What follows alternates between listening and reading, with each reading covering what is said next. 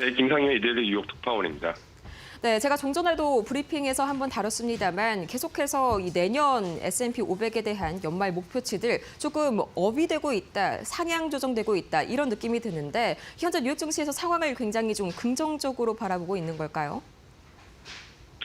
네, 그렇습니다. 최근 미국 증시가 다시 반등 흐름을 이어가면서 월가에서는 낙관론이 빠르게 확산되는 분위기입니다. 특히 주목할 점은 그동안 약세론을 고수했던 JP 모건마저 관점을 바꿨다는 점인데요. JP 모건은 S&P 500 지수가 내년 말 7,500포인트까지 오를 것이라고 전망을 했습니다. 현재 수준보다 약 11% 높은 수준인데요. 연준이 내년 추가 금리 인하에 나선 뒤 동결 기조를 유지할 것이라는 기본 시나리오를 바탕으로 두고 있습니다. 물론 금리가 더 크게 내려갈 경우엔 8,000포인트까지 상승할 수 있다고 JP 모건은 보고 있습니다.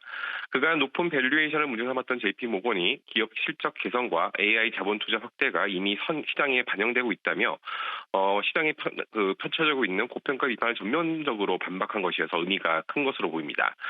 월가 다른 기관들도 계속해서 목표치를 상향하고 있습니다. 도이체뱅크는 8,000포인트, 모건스탠리는 7,800포인트, 바클레이르도스도 기존 전망을 상향 조정하면서 7,400포인트를 지시했습니다. 대부분 두 자릿수 상승 여력을 보고 있는 것이죠.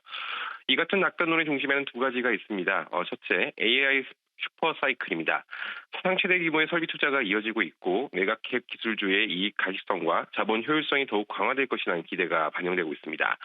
둘째로는 연준의 완화적 기조 전환 유지입니다. 금리 인하와 유동성 개선 기대가 주식시장에 꾸준히 우호적인 환경을 조성하고 있다는 평가입니다.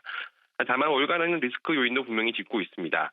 소비 둔화 추진과 경기 하강 압력, 그리고 기술주 쏠림 구조가 심화될 경우 변동성 확대가 불가피할 수 있다는 경고도 나오고 있습니다. 결국 시장의 상승 기대와 잠재 리스크 간 줄다리기가 이어질 것이라는 전망이 나오고 있습니다.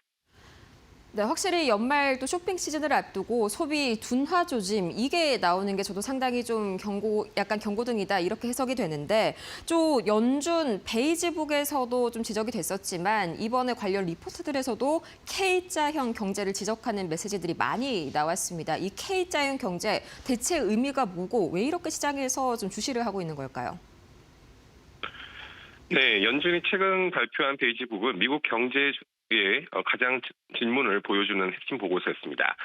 겉으로는 큰 변화가 없어 보이지만 중저소득층 중심으로 소비가 더 위축되고 있다는 것입니다. 이른바 K자형 양극화가 더 심해지고 있다는 평가입니다. 뉴욕과 애틀랜타 등 여러 지역의 연준이 공동적으로 지적한 부분도 고소득층 소비는 여전히 견조하지만 중산층 이하에서는 허리띠를 졸라매는 현상이 뚜렷해지고 있다는 것입니다. 명품과 외식은 잘 팔리지만 의류와 가정용품 등 일상 소비는 멈춰섰다는 신호가 곳곳에서 실제 나오고 있습니다. 여기에 노동시장도 변곡적 조짐이 보이고 있습니다. 해고가 나타나고 있고 많은 기업들이 채용 동결이나 자연 감소 방식으로 비용 절감에 들어선 것으로 조사됐습니다. 이는 향후 가계 소득을 더욱 압박할 수 있는 요인입니다. 정책 전반도 불확실했습니다. 연준 내부에서는 12월 금리 인하를 두고 의견이 갈리고 있고 셧다운 여파로 주요 경제 지표가 발표가 줄줄이 지연되면서 현장 조사 의존도가 커진 상황입니다. 시장은 12월 0.25%포인트 인하 확률을 약 80% 이상으로 반영하고 있지만 이런 양극화 환경에서는 금리 인하가 상층부 소비만 더 자극할 위험이 커지다는 지적이 나오고 있습니다. 결국 시장이 낙관론에 무게를 두고 있지만 소비 양극화가 지속될 경우 경기 침체 우려가 다시 부각될 수 있다는 점에서 월가도 이 부분을 가장 큰 변수로 최근에는 보고 있습니다. 네, 그간 경기 침체하면 이 고용 지표만 좀 열심히 봤었는데 앞으로는 소비 관련 지표들도 좀 눈여겨서 봐야 하는 부분일 것 같습니다. 또 이어서 비트코인도 다시 한번 좀 일주일 만에 9만 달러를 탈환하는 움직임이 나타났죠. 좀 이제 약간 콜옵션 쪽 시장을 보면은 이 수요가 다시 좀 회복이 되나 이런 기대감이 좀 들던데 아직 완전히 추세를 돌렸다고 보기에는 무리일까요? 네, 그렇습니다. 지금 현재 비트코인도 다시 고개를 들고 있긴 하지만 완전히 추세 전환으로 보기라는 어렵습니다.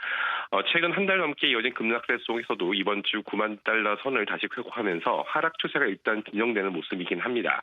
특히 위험자산 잔반의 반등 그리고 변동성 둔화가 투자 심리를 되살리고 있다는 분석이 나옵니다.